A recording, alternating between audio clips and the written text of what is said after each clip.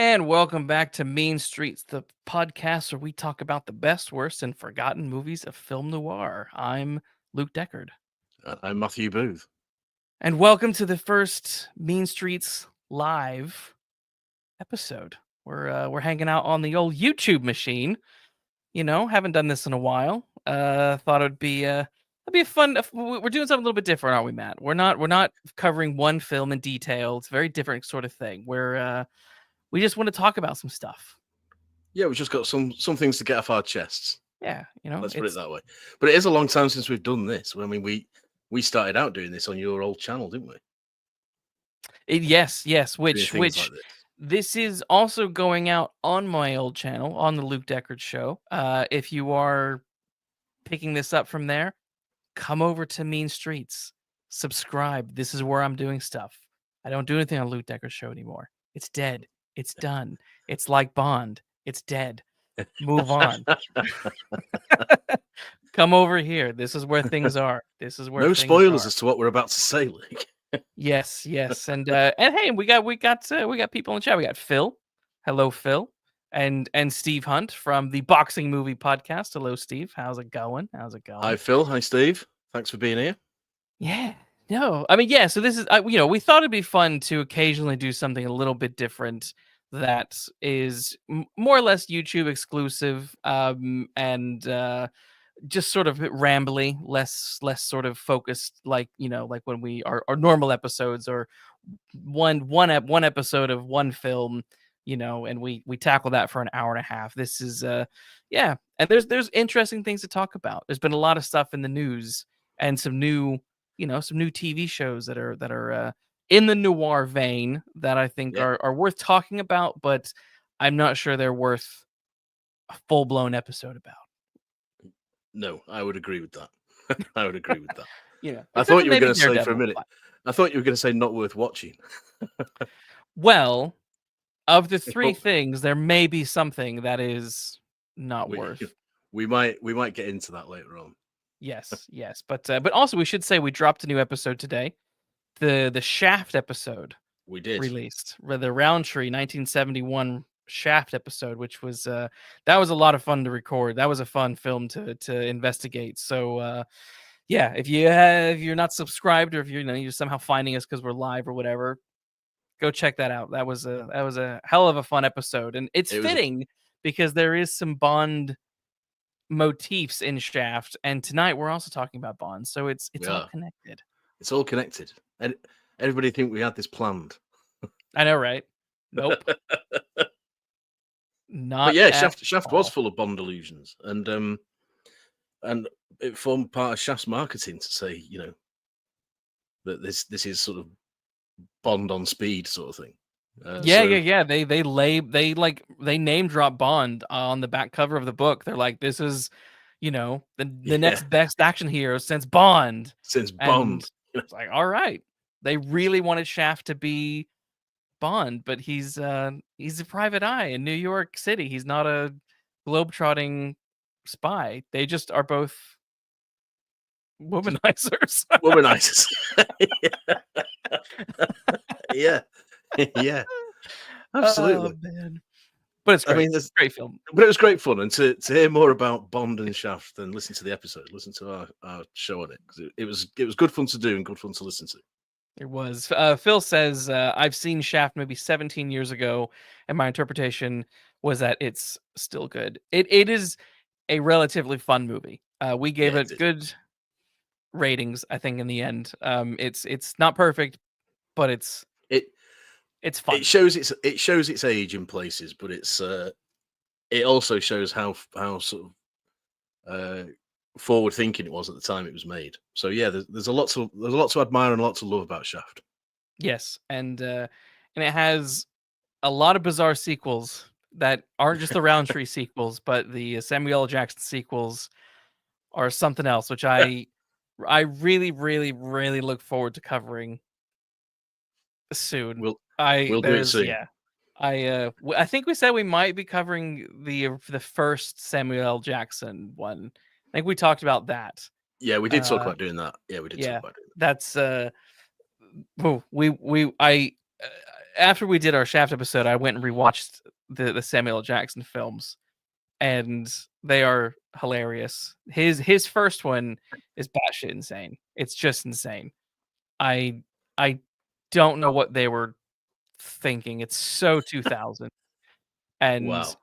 it has the most dead the most dead-eyed, unenthusiastic director possible, but all the actors like, "He has so much energy and so much life." I'm like, "I did not see that." Where? Yeah, exactly. But yeah, but then and then the most recent one, the 19 one is it's fun. It finally understands how Shaft should be done on, in a contemporary setting, and it's a lot of fun. It's a lot of fun. Well, we'll But cover. We'll do a show on it. we will. So yeah, go listen to our Shaft episode. Should we dive into to some of these old topics that we got lined up for tonight? Yeah. The well, Bond is top of the list, isn't he? Bond is top of the list. This is obviously, a few months ago. I don't know. I don't know what time it is. Yeah. Recently, we did From Russia with Love with our Yeah, friends we over at did. Spy Hards. They came on and chatted about Russia with Love with us, and that was a lot of fun. Um, and there's always that sort of tug of war. As I said in that episode, I consider Bond espionage noir because Yeah. to me, he is very much a noir character in that yes, he's working for M or for the crown, for the government, but half the time he's a loner, half the time he's going on his own. He's kind of a sad sack of a person. We're talking about literary Bond here. He's Yeah. not really the romantic hero that the films sort of make him out to be. No. So I always see literary Bond as very much a noirish hero. He doesn't have a life to envy per se. It just has a lot of excitement, and he gets to sleep with some sexy ladies Yeah, occasionally. absolutely. And literary Bond, if that's what we're going to call him, he isn't like his film counterpart often is portrayed. He doesn't shoot a man and then do a little quip.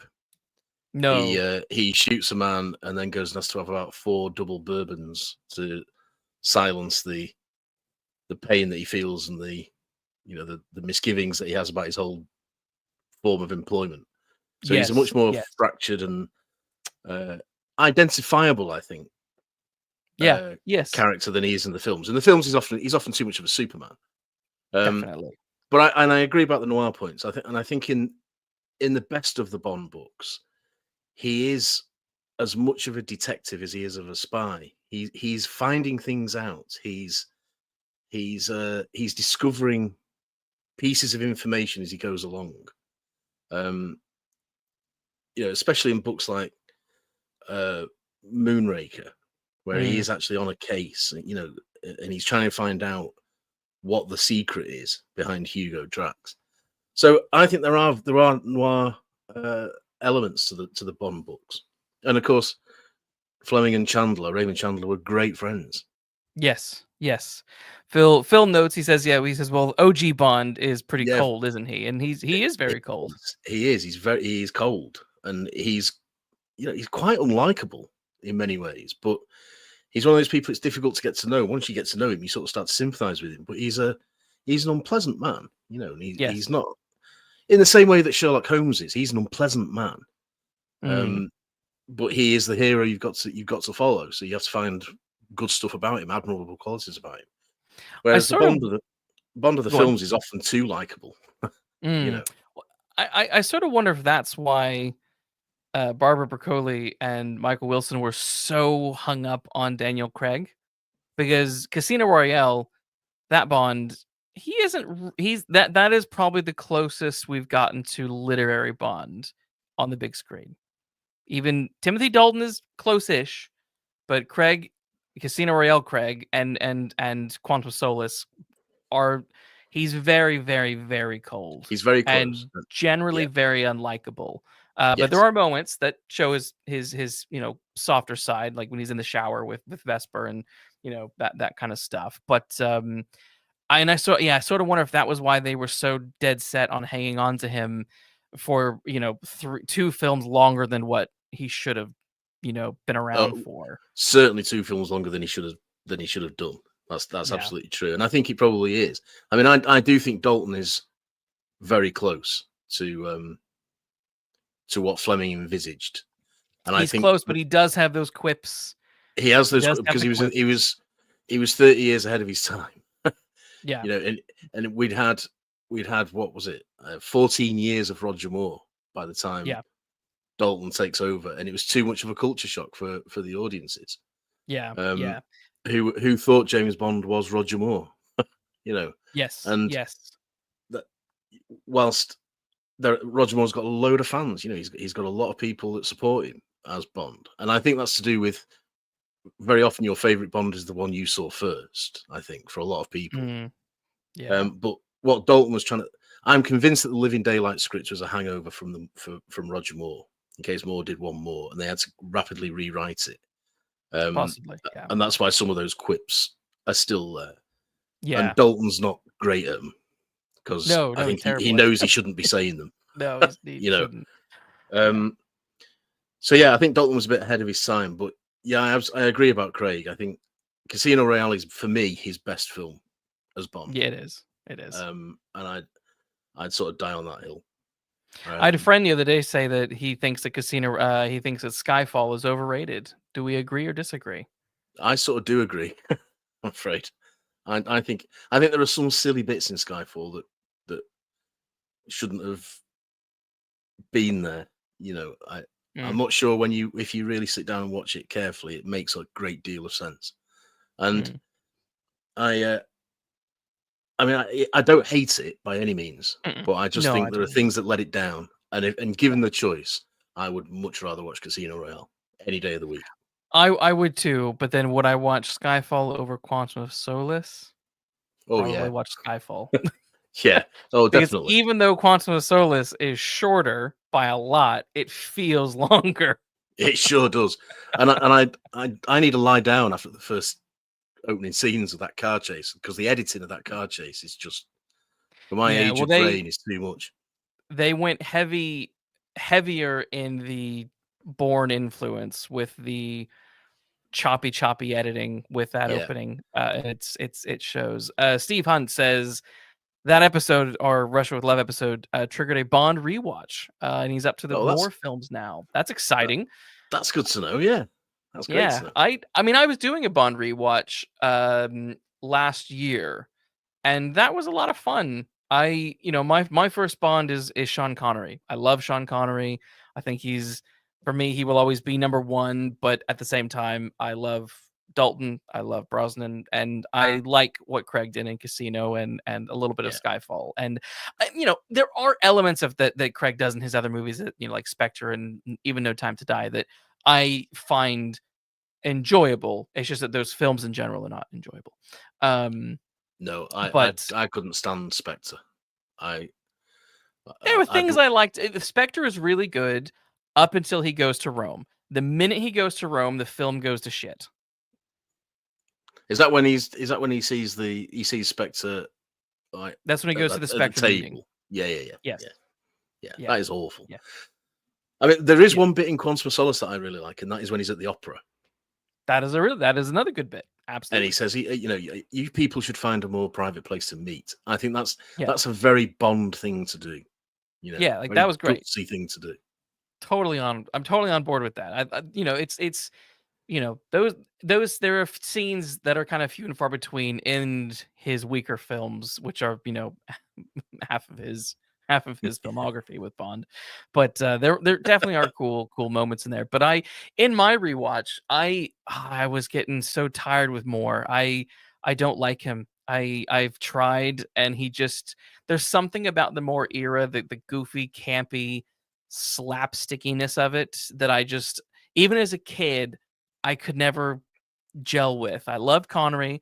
I liked Lazenby. I liked Dalton and Brosnan. They was the ones who were around when I was a kid, and I was like, I would anytime their films were on TV or I rented them from the library or the video store, that was great. I never wanted to touch the Moors. Never. Yeah, well, I think I said this on the episode that my first introduction to James Bond was Roger Moore, So I was a Yeah. child of the 70s and early 80s. And in particular, The Spy Who Loved Me, which I would still say is in my, maybe certainly top 10, possibly top 5. But I then went and it was Live and Let Die that I saw, and I went to get the book. I bought the book and read that, and I thought, this is not the film I've just seen. Oh God, no, This no. is quite different to what what I've just watched. And that's when I started, even at a young age, thinking, these films then aren't adaptations of these books. There are two separate things going on here, and we might just have to learn to, brush along with Yes. both. But more certainly outstayed his welcome, just like Craig did. He should have given up long before he did. But those films are fun, and those films define Bond for a generation. And I've seen They on do. social media people saying we need to go back to jokey Bond. And I don't agree. Nah, I I didn't either. don't agree because I don't think anybody could do jokey Bond as well as Moore did it. Moore spoofed himself, so you can't spoof a spoof. You know Moore what I mean? spoofed himself, but then also the films then were kind of spoofing and self-parodying themselves by the end, which just felt like an exhausting cycle of parody and Of spoofing. parody and spoof. Yeah, yeah, Which yeah. is why I think like the Austin Power films work so well, because they're doing it right, because that basically means Bond needs to be a comedy. It shouldn't be serious. It needs to be Yeah, absurd comedy. yeah. And you know, I would, rather watch, an Austin Powers film that is parodying the Spy Who Loved Me than actually watch The Spy Who Loved Me, because Oh, that's interesting. it's That's interesting. tiring. It's just tiring. It's so Yeah, fucking yeah, tiring. Um, yeah. so I guess the big news that we're talking about with this is that Amazon finally have their grubby little hands all over all over Bond creatively now. And it's caused quite a stir. There have been podcasts aplenty Yeah, coming together to talk about this subject. And Barbara Broccoli and Michael Wilson walked away with it was it $1 million payoff uh to relinquish creative control over the franchise now. And this is, I jokingly tweeted about it. I was like, I guess Bond really did die in No Time to Die, because the Broccolis have had control over Bond since forever on since screen, from the you start. know, and now it is the end of a 60-year legacy, and that is something. It's impressive that Bond has sort of been a family-owned IP Yeah, for it certainly 60 is. years It to certainly now is, and be in the hands of corporate, you well, know, bozos. you know. I mean, I think there's a common sense point here, which is when you've had a successful run for 60 odd years Yeah. and it comes to a natural end, Mhm. whether that is No Time to Die or the sale of the front, the Broccoli and Wilson saying that's enough for us. I don't think you can say you've had a bad innings, and I think sometimes you just have to let go, you Yeah. know. And my big problem with Bond for a few years now is how relevant is he now? With the Mhm. films being set in the modern day, what? Because the further away you go from Fleming's original concept, the less point it has for me. Mm. Mm. So because you might as well just call him something else then. If you're going to go too far away from what Fleming did and what Bond was about, Mhm. then you sort of might as well just call him, Ethan Hunt. Do you know Well, what I mean? it's an interesting point, because is Bond irrelevant today? I mean, they've made that joke plenty of times over the past 30 years. And over the Yeah. past 30 years, we've had like 15 Bond films. Yeah. Well, So he's clearly not irrelevant. It's it, for me, I guess it's like I don't Bond if we think of Bond as in like the sense of noir, it's that attitude that is really important. Bond needs to have a certain point of view, a certain outlook, which is why Casino Royale worked so well, because Craig embodied what a modern day Bond would be like in his attitude and Yes, persona. I agree And with that. I agree with that. we sort of need that to continue. It's just that with the Craig run, it then became much like the Moore run, and that is self-parody. It's like, okay, well, this is just member berries after member berries referencing all the Mhm, other Bond films and not doing anything original or new, which is tiring, which is why Moore's run became tired so quickly. mhm. And, Craig, frankly, And Craig's as well. and Craig's Bond burns out in every film he's in, pretty much, so Yeah. he's a wreck in every film he's in. But I agree about his attitude in Casino Royale, and I also think that when Brosnan did GoldenEye, Mm, that that was a that was a great comeback, partly because it had all the old it had all the stuff that you expected a Bond film to have, mm, whilst at the same time saying Bond is outdated. yeah. So the uh, whatever it is, sexist, misogynist dinosaur line, and a Yes. relic of the Cold War. You know, that's like confronting the elephant in the room and getting it out of the way before anyone's really had a chance to think too deeply about it. Yeah. And I think GoldenEye was pretty gutsy for doing that, and it made it a better film because of it, and because then it could say, "But no, we're just going to give you what you've had for the last like 20 years." Yeah. It Pretty gave much, you a and just Cold said, War espionage movie. "No, we'll give you, yeah, we've told you that he's a Cold War relic, so we'll give you a Cold War thriller." Yeah. I mean, that's In the that's 90s pretty with a ballsy. satellite. That's pretty ballsy, yeah. Yeah. Um, but I just feel that maybe after 60 years he's had his day, unless you're going to do something um clever with it. By which Mm, I mean something like everyone thought Batman had his day until Nolan comes along with Batman Begins, that yes. just seizes it and shakes it back into life. Yeah. And I think that's what Bond, if Bond's to continue, that's what it needs, I think.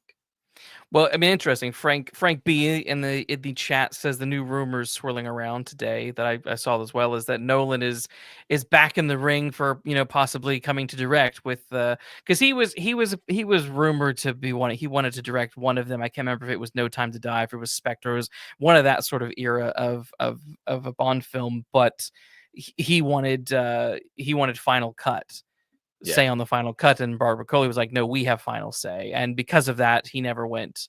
He never did it. And whether that's true or not, or Hollywood rumor, I'm not entirely sure. But that was you know. And again, you mentioned Batman Begins. That did shake life back into Batman, and I think what Bond needs is a strong creative vision and and therefore a strong creative someone. Is Nolan the right person for Bond? I I I don't know know. I know why he sounds like a good choice, and I know why Yeah. he'd be a popular choice, but Yeah. I don't know. He'd have to put a lot of what he likes to do to one side, I think, in Yeah. order for it to be a true Bond film. Yeah. But Yeah. if he can do that, I think he'd do something interesting with it. Yeah. I think Danny So Boyle would have done something interesting with it if they'd let him continue, but he was yeah. he was another one that was sort of politely shown the door. Yeah. That Um, was ridiculous. because I Yeah. think he would have. Was that for Skyfall? Was he on Skyfall? I think he No, I was. Or was I it Spectre? think it was No Time to Die. Was it? Oh yeah, I maybe it think it was was. I Maybe it think it was was. No Time to Die. He was because that's the thing. It's like that's the thing. No Time to Die should have come out in like 2020 and then didn't come out until 2021 or 22 or something like that, because of the pandemic and all the delays. And so there's Mm. been people who are saying, oh, put Bond on ice, or oh, let's have Pierce Brosnan come back and give his Bond a send off to sort of win the fans back over and I don't know, have more time between introducing a new Bond. And I'm like, how much more time do you need? Yeah, exactly. Like, they used to Exactly. produce these films, like, one every other year. Well, I think we exchanged Twitter posts, didn't we, about how many like the Indiana Jones original Yeah, trilogy was done in what did I say? 8 years, 3 films in 8 years. You know, yeah, and like Batman, the Burton Batman films, the original Star Wars trilogy, they were yeah. they were big films in their day, Yeah, coming out every couple of years. yeah. But It's 6 Star Trek films between 1979 and, what, 1991? yeah, and now that's Most of some them, going. yeah. Crank those That's babies some out, and they going. were mostly good. Yeah, yeah. They It's were good to just great. Like, yeah, and I wonder yeah, if that's a bit of burnout, in the whole Bond creative team that's partly responsible for it. In that, they have these people come in like Danny Boyle and Chris Nolan, and then they can't get anywhere with them because either they're not yeah, prepared to concede ideas or they're not prepared to go yeah, with some ideas that might shake it up a bit, and it ends up going nowhere. Do you know what I mean? So yeah, if it's to continue, I think it needs to say, well, that was then and this is now, and we're doing something different. yeah. What Well, that this might be, I don't know, but well, this is why I pose a question: is Bond's future noir? And I think it needs to be, and I think mhm. Craig had one film that was noir-esque. That's Casino Royale. That's the only one. Everything else beyond that kind of went back to kind of over the top Bondness. I think Brosnan had a couple of noirs. I think No Time to Die, No Time to Die, Tomorrow Never Dies, and World's Not Enough have, especially World's Not Oh, Enough, have lots of shades of lots of noir, shades and of I not. think Well, Dalton as well is very noir with his. There's tons of neo noir elements happening, which is yeah, why I keep saying Bond is espionage noir. It's yeah, it's I sort of agree. this wonderful blend between the two. Um, and is I read this interview with Dalton on Vanity Fair because he was being bombarded with a bunch of Bond questions, and I quite like the fact that he actually flips the script on the interviewer because they're talking about Bond and they're talking about the interviewers being all romantic about Bond and how romantic the character is and all that sort of stuff.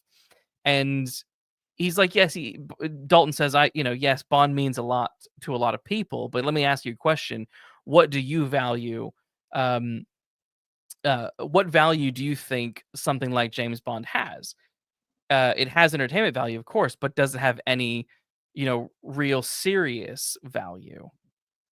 And I'm like, that's a pretty bold thing to say from someone who actually, Yeah, it is. played the characters. And he goes on to say, well, how romantic do you think the first James Bond films were? Because, they talk about this romanticized version of Bond. And in many ways, yes, you can look at Connery's era and so on, and they feel romantic in places. But he goes on to say, if you remember that fight on the train in From Russia with Love, there's nothing romantic about it. No, It's a great absolutely. fight, yes, but he was. I think they've. I think the films in general, the Bond films, have gone the way have gone the way of fantasy now, and I have Yeah, to agree with him on that. I And agree that with him on that. this is why I keep going back to it. Bond needs to go back to noir, which is Yeah, what works so well for Dalton, what works so well for the first two Sean Connery films for sure. yeah, Same with Honor Majesty's Secret Service. I mean, you think about all the like these all of these great ones have lent into their noirness, they and have. that's Yeah, what Bond has been missing. yeah, absolutely. And there's an interview with Dalton as well, which is from some sort of cheap ITV Mm, um sort of 25th anniversary celebration or something it is. But you can find it on YouTube, and he says he's bemoaning the fact that his Bond was criticised for being too violent, and people would say, "I can't take my 6-year-old child to see Bond anymore," and he says it was never made for 6-year-old children. it's not. And he says something like, "This man is the dirtiest, meanest, toughest hero we'd ever seen," and he wanted to bring that back. And that to me is, dirty and tough. To me, says Noir, Private Eye. Yes, You know what I mean? exactly.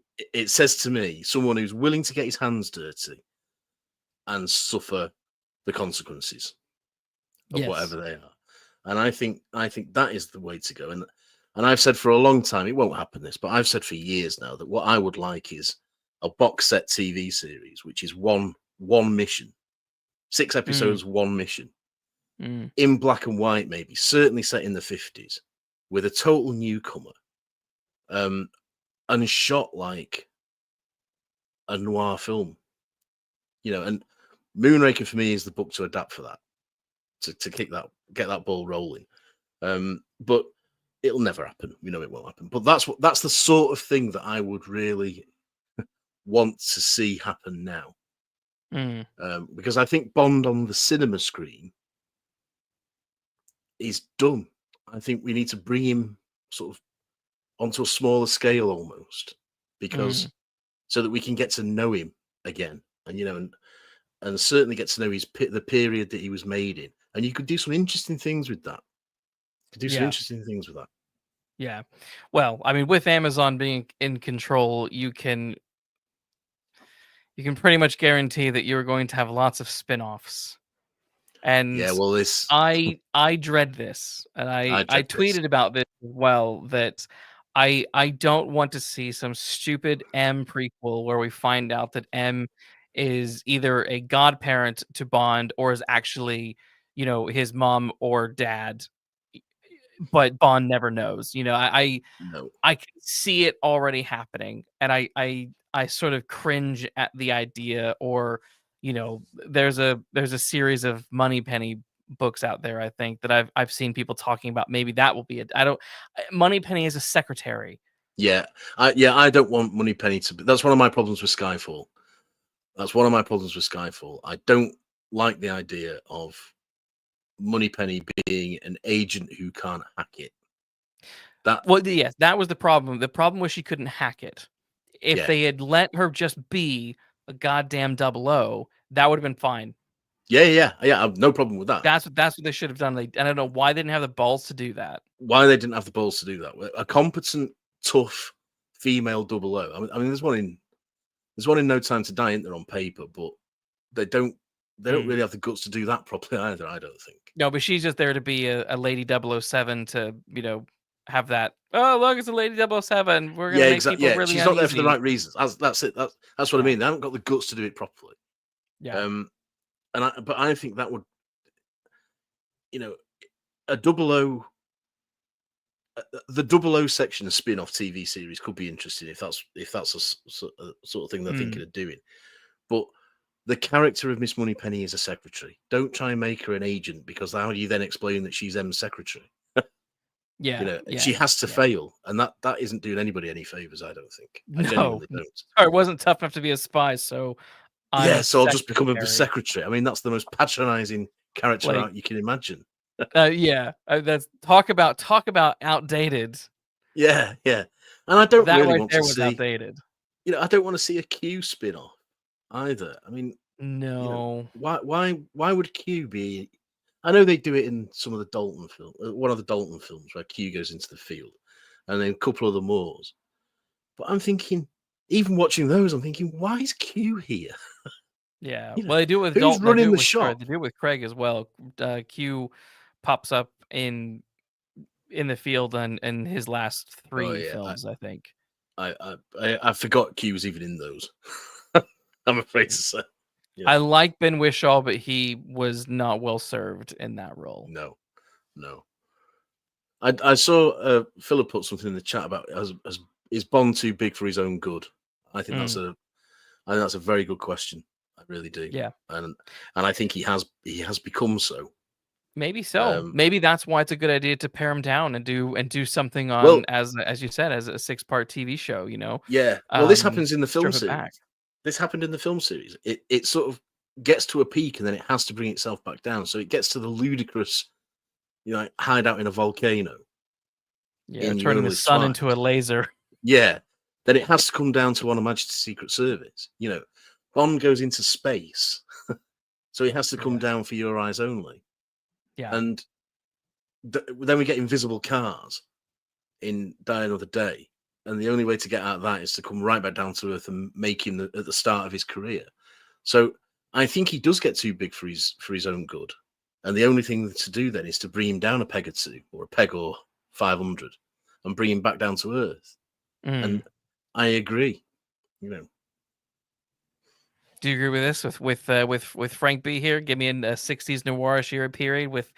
Do we want Cavill as Bond? I can get on with everything Frank says there, apart from Cavill. I don't think Cavill's I think Cavill looks the part, Yeah, he does. but I'm not sure that Cavill could do it. I really don't. I'm reluctant. I don't think he can. I think he's. I mean no disrespect to the man because I think he comes across like a nice guy, but Yeah. I've never been impressed with anything. And I recently rewatched just to torture myself, Man of Steel and Batman v Superman, and I've seen shows like The Witcher because my wife wanted to watch them, and he's just one note in everything. He Yeah. never. There's nothing dynamic about. And if anyone saw his GoldenEye audition, or no, it was Casino Royale audition, It, that tells you all you need to know. That yeah. is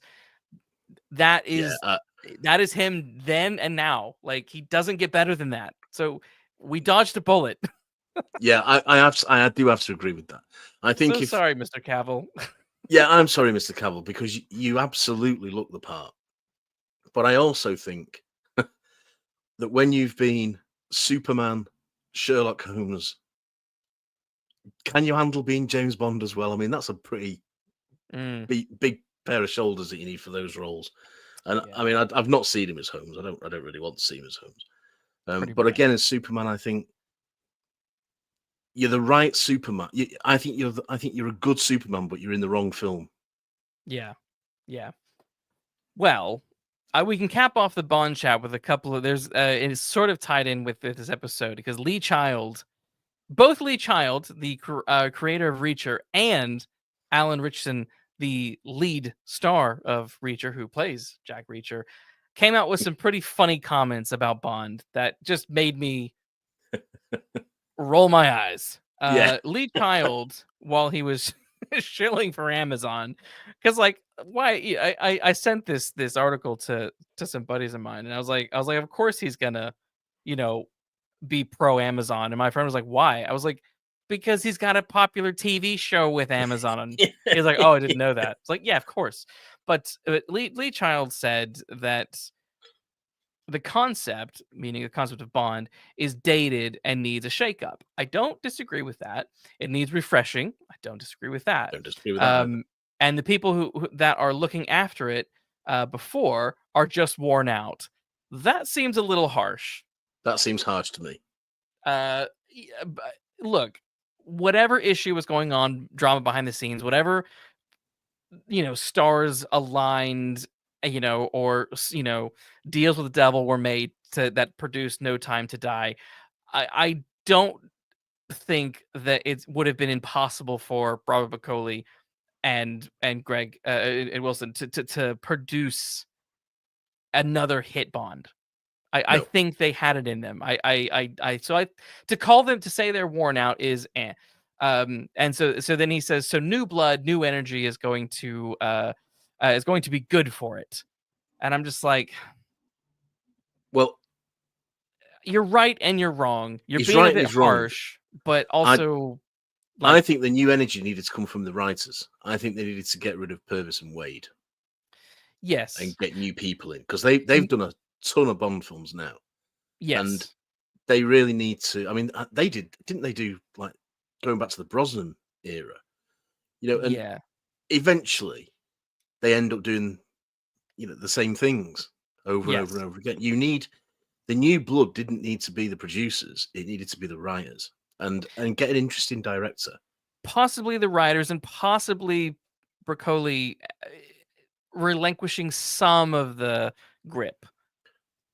Possibly, When you got people possibly. like Danny, Boyle coming in, like, Yeah, yeah. Well, Nolan yeah, is on, yeah. maybe they've proven themselves. Proven themselves, yeah, absolutely. But I think if anybody's Come on. worn out, it's the writers. I think I Yeah. so you're right. Child is right and wrong. Yeah. He's right that it needs a shake up, certainly. He's right that it's become stale, certainly. He's right to say it needs a shake up, certainly. But the reason he says it needs a shake up, I disagree with completely. Yeah. Now, Alan Ritchson, the guy who plays Reacher, was also interviewed about this for reasons. I don't really know Yeah. why these guys Why? are being asked about Bond and whatever, but they were, and I find their comments funny. But Alan says, I feel like Bond, to me personally, people are going to hate me for saying this. I love Bond, but I feel like it's a little misogynistic and predictable at this point.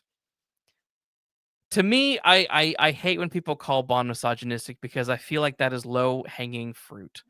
Yeah, me too. It's a complete anyone who says that wholly misunderstands the character, which we've talked about at the beginning. He's a sad sack of a guy who exists just to die. Yeah, Like he's he is a weapon for the absolutely. government, and that is all he's there for. He's a Like blunt that's it. instrument, and Yes. every mission that he goes on, when he's again, this is why Moonraker is the book for me. Yeah. Because that starts with him doing the boring admin side of it, and he hates it, and he's desperate to get back on a mission in Yes. the field, knowing that the next one might be his last one, because the sad sack has got nothing else in his existence. Yeah. He has no love life. You know, he can't form a relationship because he can't commit to one because he might be dead next week. Yes. His sole purpose and the only reason that he's employed is because he's able to kill people. Yeah. And he comes back from these missions, certainly in the books, traumatized in some cases. Yeah. And you know, the women in the books are they're sort of filling a void in his life that you know he can't otherwise fill because he doesn't know how to. Yes. I mean, that's not to say that some of Fleming's language isn't outdated. Some of it is, and some of the attitudes are, you know. But you have to. These are period pieces now. These are historical fiction now. Yeah. So I don't think Bond is. He's he's in many ways a pathetic man. He absolutely is. But also, like, he's not out there like he's not like a predatory individual. He's not out there like forcing himself upon women. It's always consensual. So I'm like, even in the films, except for that one fucking Daniel Craig film where he for some reason decides to go and step into the shower with a girl who was previous like we don't need to go into that, but that was terrible. No, But that is every bad. every other Bond film, he's never done it. He doesn't do that. You know, No. it's consensual. So, you know, it's consensual. So I hate when people say I hate it. But the irony of it, and this is where I get all worked up, is in the latest season of Reacher, there's this scene where Reacher calls the lady FBI person that he's working with, says, "Meet me here." To get to where she is, he needs to strip and swim across a choppy ocean and walk through the woods in nothing but his tidy whities. He comes walking up to her in the middle of the night in nothing but his boxers and looking like kind of like Terminator in in the first Terminator movie.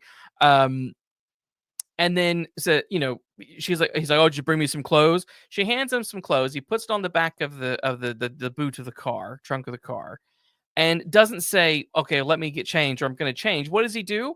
He drops his trousers forward facing while she's looking at him. So I'm sorry, Alan. You want to talk about misogynistic? Yeah, Your character quite. just like what the fuck, man? Yeah, absolutely. Like that is not cool. That Yeah. to me is a misogynistic, predictable. Speaking of predictability, we'll get to Reacher soon. So I'm just like, dial it back. Dial it back. Dial it back, sir. Absolutely, sheer arrogance. And Bond is an easy target for this. Bond is an easy target for this. And it's not that straightforward. I mean, yes. I mean, he's not pleasant. I mean, he's not pleasant to women, but it's too simplistic to say that it's pure misogyny. It really is. And because there's something about the Bond character that is much. He should be pitied rather than scolded because he's a wreck. He's an absolute wreck. Yeah, I just think understand the character. That's all you need to do. Yeah. Go beyond the cliches that everyone spouts out and make sure you know the character that you're criticizing before you criticize it. Yeah, and we can blame the Moore films for some. Well, the later Connery films and the Moore films for this because of all those innuendos. You know, Yes. uh, Mostly the more films where it just yeah. gets Well, ridiculous. it definitely start. Well, it's ramped up definitely, but it starts in Diamonds Are Forever. It starts with Mankiewicz. It starts with Tom Mankiewicz Yeah. when Yeah. he's doing the scripts. But Frank's suggestion of Aidan Turner, I think, is a really good one. That could work. I can see that. I like that suggestion. I do He's like in a that.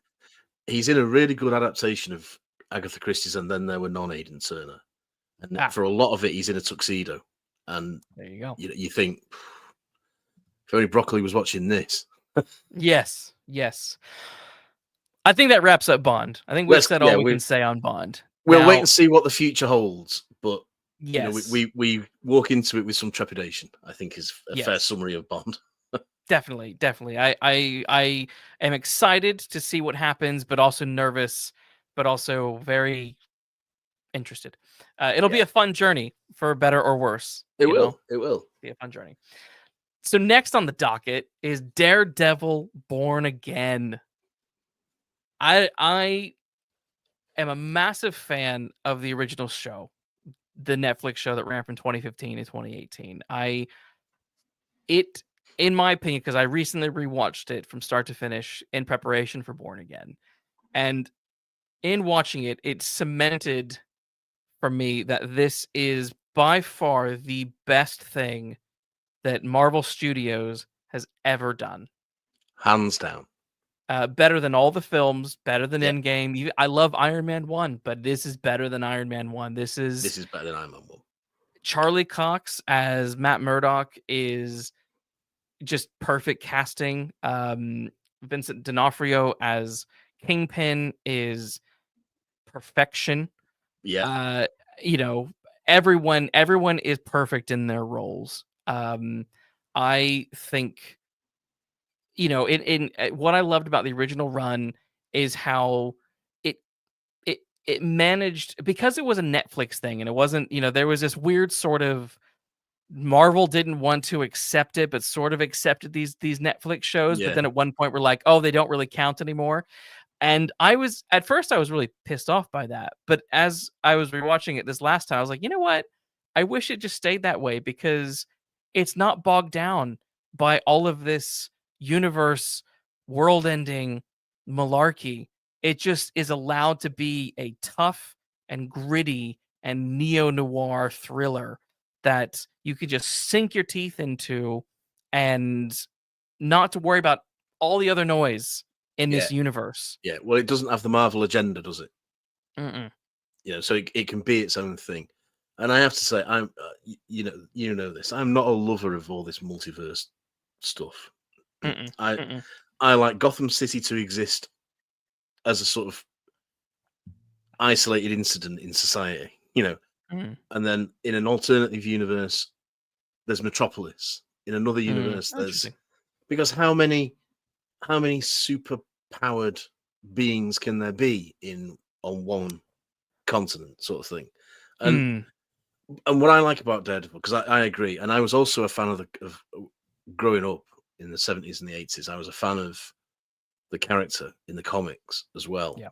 and would have loved at the time to have had a good Daredevil series. Although Yeah. what they would have been able to do in the 80s is something else. Um, and uh, and I liked the Frank Miller run that this is based on, and Yeah. Massive inspiration from Frank massive Miller. inspiration for. And that really was the sort of Daredevil equivalent of Dark Knight Returns, wasn't it? Yeah. And it like we said about Bond, it took this character that wasn't really, as I recall, wasn't really doing anything, and it No, it was really quite shook him up, campy and silly. Yeah. and it really dirtied him down, and Yeah. it works Massively. really well because Daredevil is the whole concept of Daredevil is gritty, dirty, and noir. The people who Yeah. get off, he's a lawyer to make sure that the system works, and when it doesn't work, he goes out and beats the crap out of them all. That's a Exactly. great idea. That is a great, Yes. great idea. And this series did it. And what I also love the fact that him and Foggy, they aren't taking cases for money. They're taking the cases that the system are going to let slip through the cracks because there are desperate people who need representation. Yeah, yeah, And quite.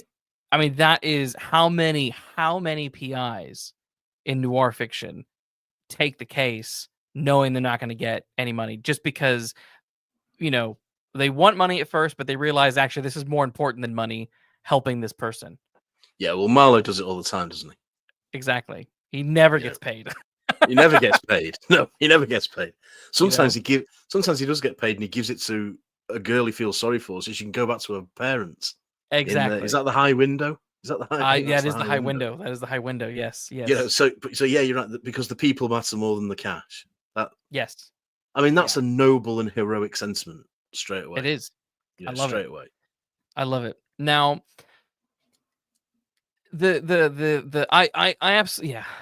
It was such a gutting thing when Daredevil was canceled. In one foul swoop, everything Marvel was canceled with Netflix. And I don't I don't know the details of it. I don't necessarily care. Uh but I don't know if it had to do with the coming of Disney Plus. If they were thinking we're going to, I don't know Mm, if it had that if that was kind of part of their mindset or if mhm. they were literally just wiping this stuff off the board because, Endgame was coming out and they were, were they just taking this stuff off the board? I don't know. But there was severe there was a massive fan backlash. They were like, Yeah. what the F are you doing? Like, I mean, I liked I liked elements of Jessica Jones and Luke Cage. I thought Iron Fist was awful. And Yeah. I didn't like the Defenders. I thought that was a big kind of letdown. But the 3 seasons of Daredevil are 2 is shaky at times, but 1 and 3 are fantastic. I mean, just fantastic. And people loved it. It was a weird thing to cancel. It was a weird thing to cancel It was, because and it was so as I huge. yeah, and as I recall, it was cancelled. Just it hadn't come to a sort of natural. There was a lot more that could be said, Yeah, definitely. and I think doesn't Cox say he felt he had, because I think he was quite disappointed at the cancellation, wasn't he? Everyone I think he was. said Yeah, we've got more stories to tell, and definitely. that's so frustrating. That's so Yes. frustrating. I mean, all of series 3, he's sort of fighting with if he is actually going to be Daredevil. And at no point, other than like the first episode, we don't actually see him in his classic Daredevil outfit. Mm, He's in this sort of black, sweatpants and mask and roped hands getup that he was in for all of season 1, basically.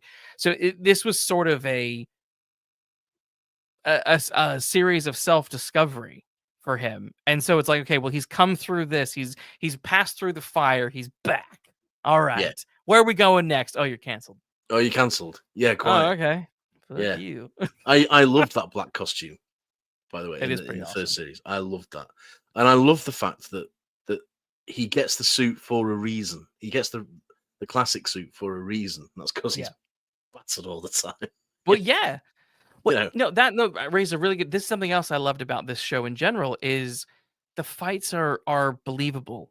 I mean, visceral. they're Yeah, obviously fantastic, but he's tired.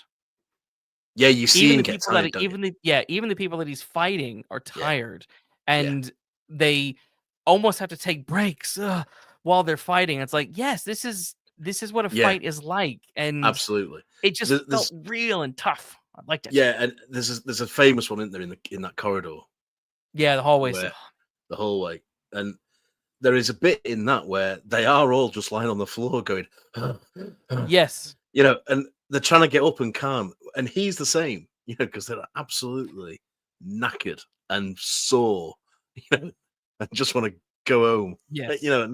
and that's really refreshing. It sounds a strange thing to say, but I find that really refreshing Yes. from, you know, like superheroes having a fight when they take the mask off. There's no bruises or anything. Yes. How does Bruce Wayne go from being Batman to a social dinner, Yeah. without like black eyes and stuff? It, Exactly. I know, It's I know yeah. people out there will say, well, his cowl is Yeah, protected and yeah, all that yeah, yeah, business, but yeah. yeah, Blah, blah, is blah, blah. this bit of him isn't, is it? His chin isn't. Exactly. Yeah, Exactly. Exactly. So, yeah, so, here we are, 7 years later, 7 years. and Daredevil is back. He's had a couple I, of little appearances. He popped up in She-Hulk, which is probably the worst thing Marvel has ever made. yeah, that is It was pretty awful. bad. That's not that is not a knock on the actors. That is a knock on the production and The why they writers. would let a legal drama have nothing to do with being a legal drama or legal comedy is besides me, but whatever. Yeah, Um, yeah. Kingpin rocked up in Echo, a show called Echo, or maybe something like that, or maybe it was Hawkeye. I can't remember. He rocked up in some in some stuff. I never watched this stuff. I don't care about it. I'm not into it. And then Daredevil popped up in Spider-Man No Way Home. And the initial concept for Born Again, from my understanding, is that it wasn't going to be series 4. It was going to be a reboot, and it's just that Charlie Cox is Daredevil, and therefore he just, he's coming back as Daredevil, but nobody else is coming back. There's no Karen Page, there's no Foggy Nelson. Hmm. It's just going to be just him doing things. Yeah. And again, rightfully so, there was some pushback from the fans who were like, "What? These guys are the show. What do you mean you're going to bring them back? You're going to bring the show back, but it's not going to be in continuity with the Netflix show, and it's going to be its own thing." And I remember people like, "Well, that's why it's called Born Again." I'm like, Yeah. no, that's just because it's a Frank Miller title. Yeah, but that's what they're trying to get at. It's a new Daredevil, and I'm like, that's stupid. That's Yeah. stupid. It can't be a Flat new out. Daredevil, can it? Because it's him. Yes. Well, as in like multiverse, think multiverse stuff. I think they were going to Yep. get at that this Daredevil is the MCU Daredevil who looks like Charlie Cox, but there's the Netflix Daredevil who also looks like Charlie Cox. You Like see, this is that's what they were precisely getting why at. I despise multiverses. Exactly. It's wankery stuff. Yeah. Um, Yeah. but for the most part, the fans were heard, and they did a mass. There was some problems with Daredevil Born Again. There were a lot of pushbacks and some creative changes and overhauls. And I Yeah. think for the better. I read somewhere that there was talk that the Daredevil Born Again was going to be more of a comedy, which is just dreadful to think of. That's just Um, bone chilling. yes, like Yeah. I would have just tuned out within the first 5 minutes if that were the case. Yeah.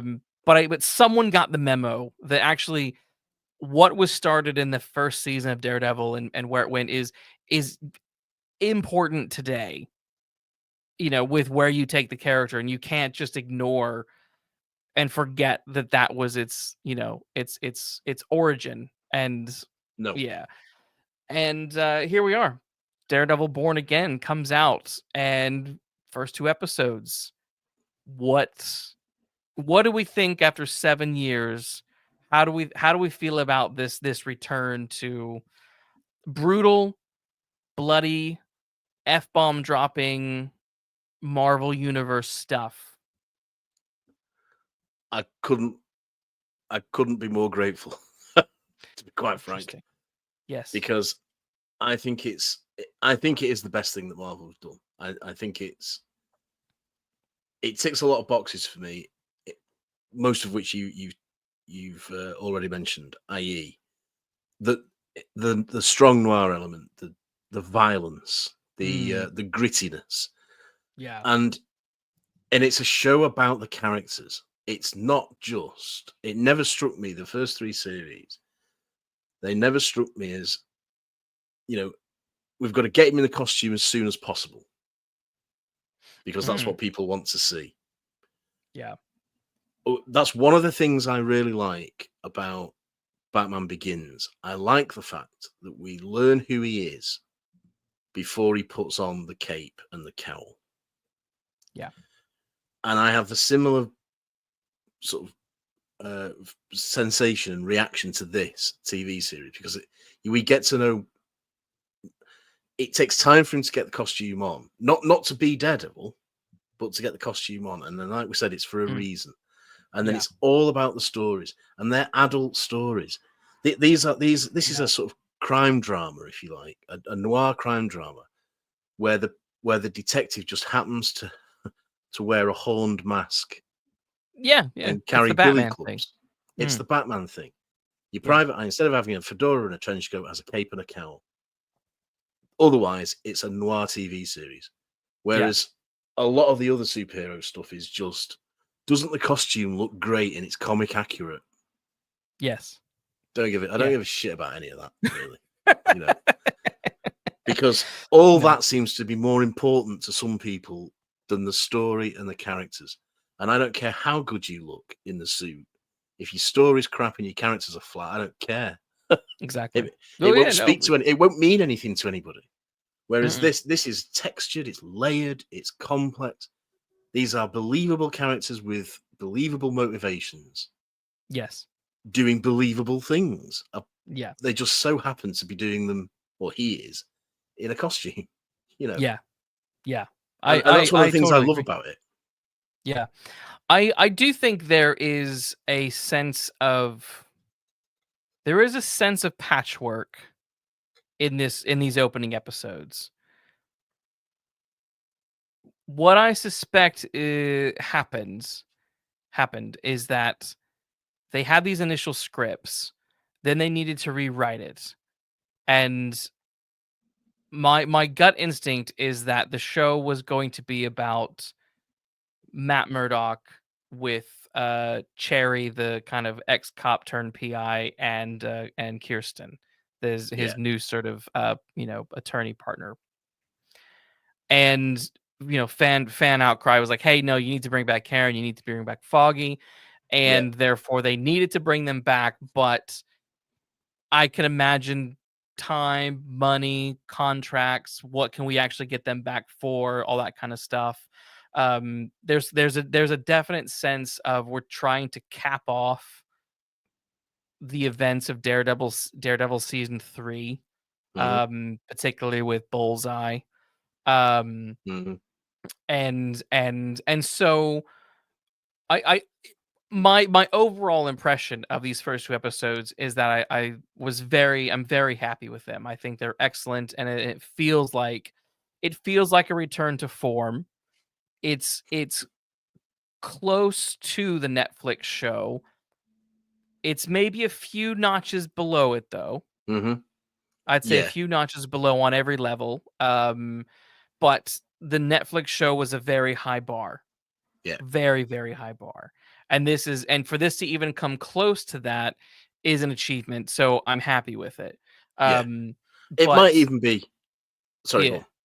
Oh, I was gonna say, I do think uh, I don't want to spoil it, but there are things that happen with Carrie and with Karen and with Foggy that sort of get them off the board quickly. And I think that to me is the show being like, okay, we can bring them back, but we can't bring them back fully for all of these different reasons. So here's how we can sort of do it to make fans happy and for it to feel like a continuation so that we can wrap some stuff up and then move on to what we want to do. And that being Fisk being the mayor of New York and Daredevil having Mm, to combat to that combat. particular Yeah, situation. yeah. There may well be an element of that. But I was also wondering whether there's it's 7 years. There has to be a bit of sort of bridging to be done, Yes. Oh yeah, to span definitely. It those needs to be 7 done. years. So Yeah. I'm prepared to give the first 2 episodes, cut them a bit of slack, just to sort of get back into the rhythm of things. Um, Yeah. Yeah. but as far as we can, as far as a start is concerned, it's a bloody good one. I think it's a bloody good It's one, a darn good start. and it's a very promising one, Yeah. and it's a world away from seeing Daredevil walk across someone's lawn in bare feet with the rest of the costume on that got in She-Hulk. Have you seen that sequence? Yeah, I saw that. I forgot You about know, that until just now. Ugh. I'm sorry about that. I don't see why I should Ugh. suffer alone. But No, I mean, it's a world away from that, isn't it? It's a world away it from that is. sort of cheesy, jokey rubbish that he was subjected to in that series, and it's all the better for it. Yes. I think there's too much sort of um, I'll put that the other way around. Not enough of this realistic, gritty violence in this sort of Yeah. stuff. Yeah. We Yeah. need some of that adult quality back into these things, because not all Yeah. these things, like we said, like Dalton said about Bond, not all these things are meant for kids. No. Well, Daredevil Born Again, the comic book, is not meant for children. Definitely not meant for children. Children read it like they would have read Yeah, Watchmen, but that is yeah. not it's not quote unquote kid friendly. It is very No, mature. yeah. And the Dark Knight Returns is. I mean, that's got May some as big well. themes going on. Big Yeah. themes going on. Yeah. It's not just that's what annoys me about Batman versus Superman. That they have him in the Frank Miller suit Mm, to fight Superman, but none of the reason that Batman is fighting Superman in the Miller graphic novel, mm, yeah. which makes sense, is Yeah. in that film. They're just fighting each other because they don't really know why. It's Oh, just yeah, it doesn't just to make get them sense. in those costumes, and that's really cheap.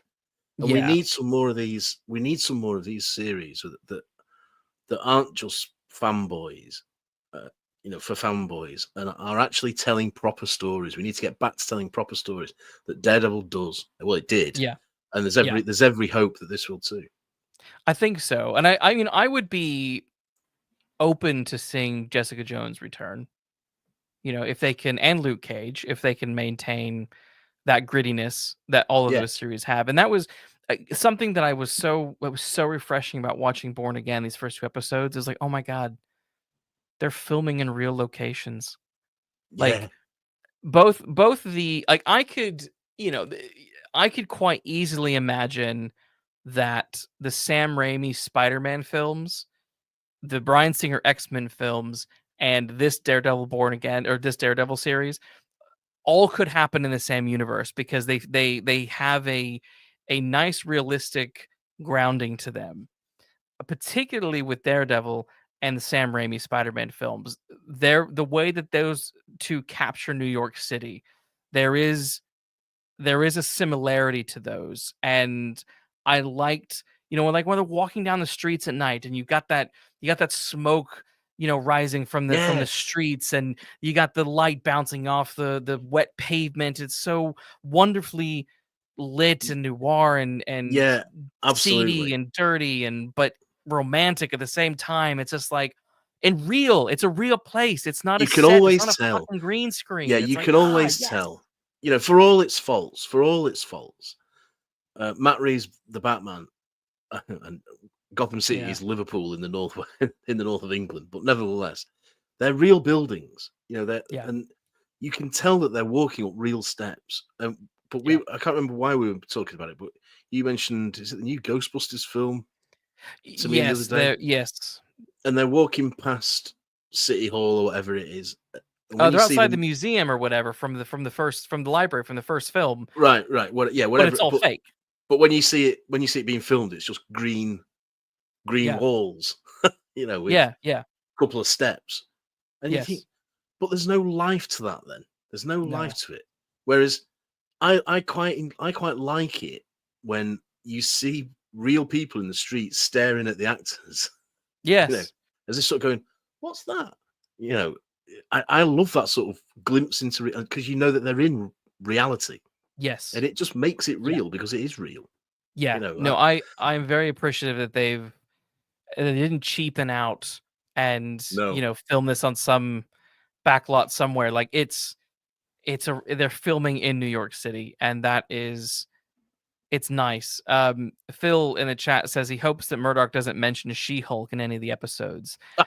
God, I hope not. Now, I hope not. there is a scene where Matt and Kingpin are having a conversation in a diner, and Kingpin asks Matt, "Oh, do you have any children?"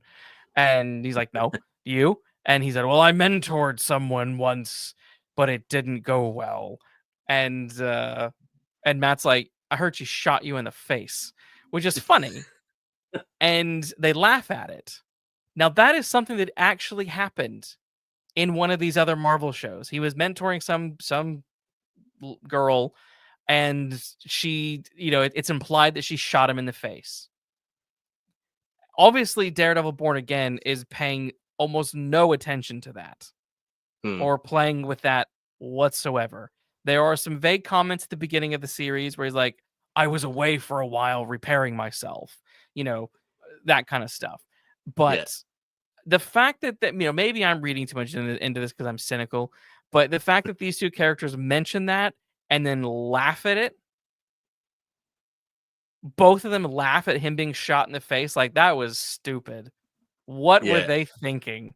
yeah. You know, it's to me that was funny, and those sort of nods to like some of their other appearances I'm kind of cool with, but I'm getting the Well, impression that they're definitely not honoring in any way at the moment these other appearances, which is for the better.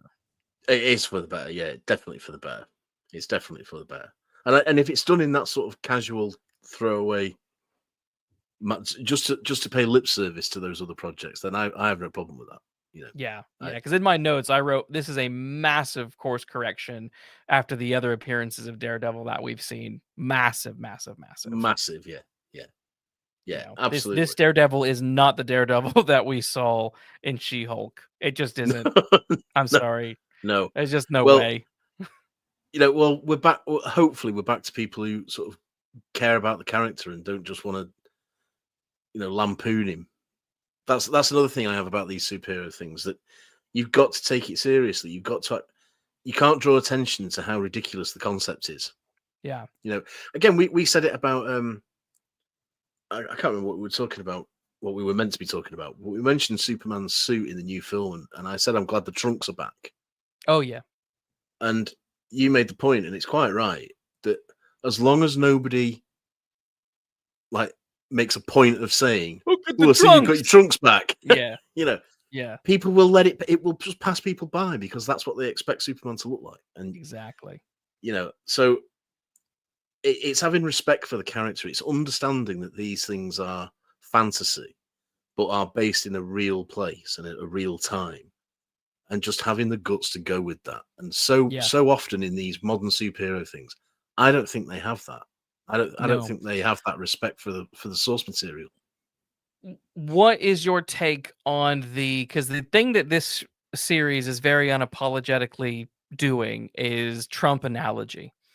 Wilson Fisk is an analogy for Donald Trump. He is a criminal, a crook who has, bought his way to the top and is now mayor of New York City in the same way that Trump is now dictator in chief in America. Um, uh, I had to go look online to see what people were saying, and generally great rating reviews and audience reviews. There are people, of course, there are people who have no balls who are like, "This is woke garbage. Oh my gosh, there's women of color in every scene."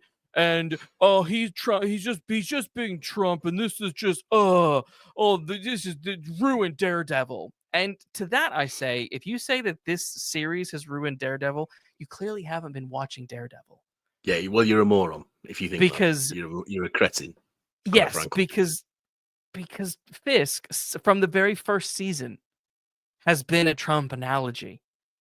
Like in that series 3 when he does that big speech where he's like, "I have Yeah, been framed. You are yeah, listening to fake news." Like, yeah, where do you think that came from? yeah. Absolutely. The thing What do you is, think they're parodying there? yeah, yeah, absolutely. Well, quite. My take on this is that from a storytelling perspective, Mm, it again is grounding it in a yeah. reality without saying this is Trump. Yeah. It so and it's doing it in a way that it doesn't need to be Fisk will signposted. fix it, aka make Yeah, America great again. yeah, Great. yeah. It doesn't need to. It doesn't need to signpost it. It doesn't need No. to be any clearer than it is. Yeah. But the fact of the matter is that the president at the minute is who he is, and Yeah. that's what the world has Total got to piece of deal with, shit. and what America's got to deal with. And by having a Trump analogy in a fictional version of that world, Mm, which is trying to ground itself in reality, as Daredevil undoubtedly is, it's perfectly it's common sense. It's perfectly sensible to yeah. have that sort of person in a position of power, Yeah. because that's the world that we live in. When somebody like Yes. that is able to be in a position of power, Yes. Yes. Where so that person is constantly Fisk is constantly the victim of these situations. yet he is the biggest lying criminal piece of Yeah, shit. well, it's the old saying, isn't it, that everybody's the hero of their own story. Yeah. Yes. You know, But and also, from a noir perspective, that is what noir fiction does. yeah, It yeah, it it takes these real life things that are happening and throws them into a fictional scenario and says, "Here, have a think about this." exactly, You exactly. know? Yeah. And it's just like, See, if see you what don't this like the says. reflection that's being reflected back at you, that probably says something about you, Something, not the something show. about you, not about the show. Yeah, exactly. Because that's what all noir does. That's what great noir does. It's what great crime fiction does. Let's be Yes. honest. It holds a mirror up to the society in which it is set, at the time in which it is set, and Yes. says, "What do you think about this?" You know. So Yes. it's a common thing to be said in crime writing circles that if you want to know what life was like in an English village in the 1930s, go and read an Agatha Christie.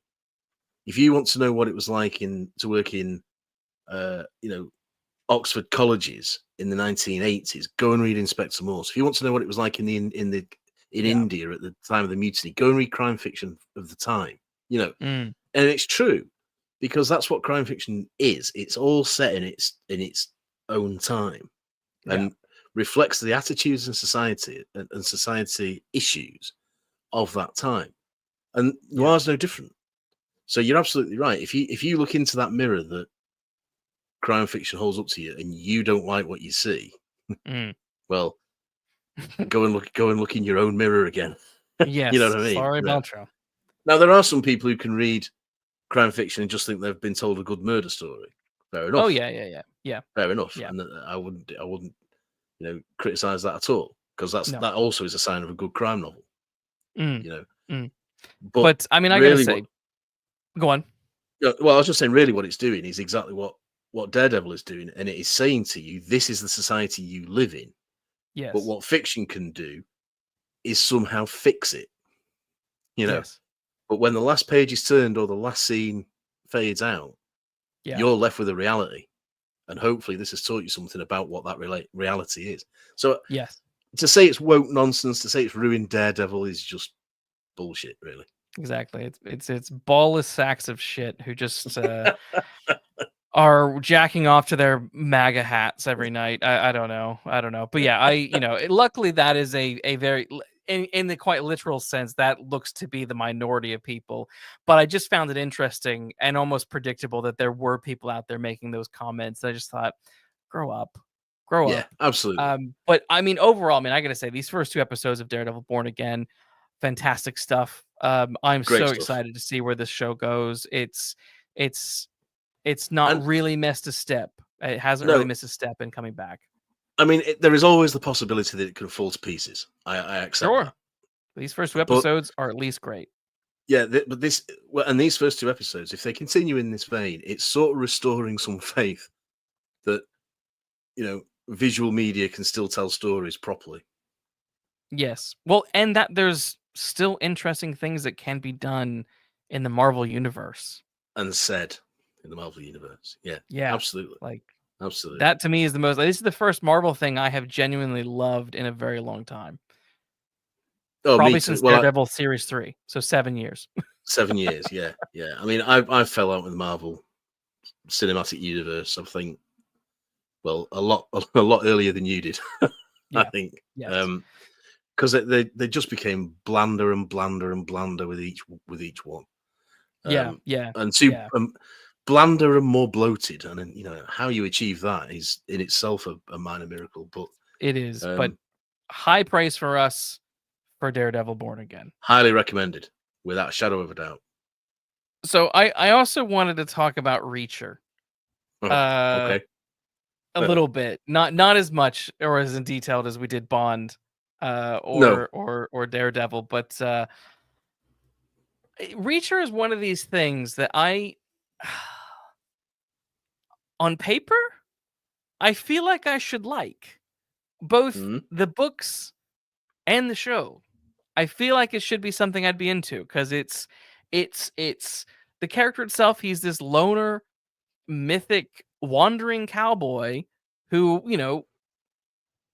gets into trouble in every town he goes to. It's a fun concept, right? It As is. it's like it's good. It's fun. It could work. I don't know why it doesn't for me. Why I do, I think I do know. But I just series 3 came out and I was in Edinburgh and I was on my own. I was doing a little writer's retreat and I was like, oh, I'll put an episode on. And I watched a few of the episodes from series 3 and I just sort of kept like screaming at the screen, like, "Oh my gosh, could you really be that cliche?" Like Yeah. two early things that happen in this season is at one point Reacher's working with the FBI to take down some drug kingpin guy. That's the premise. The whole opening of the series 3 is a big cop out because they make you think Reacher's killed a guy, killed a cop, and that's why he's on the run and working. And then it's like you find out. So it's the biggest cheat, the Yeah. biggest effing cheat. That Yeah. pissed me off. So frustrating. Did you feel the same with that? Yeah, I do feel the same. Yeah, irritating me. Yeah.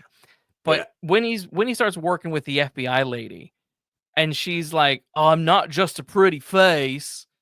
She's the most irritating character that I've come across in a long time. She's bad. She's bad. She's bad. They're She's all bad. bad. Yeah. They're She's all bad. bad. And And I it's just bad thought, performance as well. yeah, no, it's seriously, everyone is doing like phoned in performances.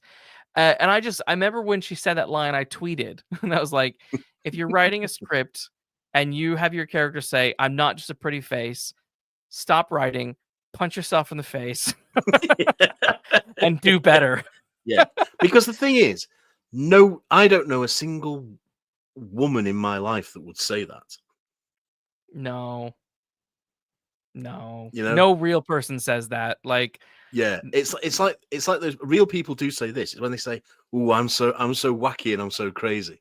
In my mm, experience, those are the most boring people that you can come across because they're never yes, wacky or crazy. You know. yes, So people don't speak like this. no, they They don't. don't, They just and don't. no, that's really, really annoyed me. And then the cliches it just felt like I'm just watching a pile of cliches. Because Yeah. then there's this workout scene, and of course on this compound where Reacher is infiltrating. There's another guy on the compound who's like bigger than Reacher. It's like, oh my god, it's a guy who's bigger than Reacher. This guy's like 8 foot tall, and it's just like, all right, fine.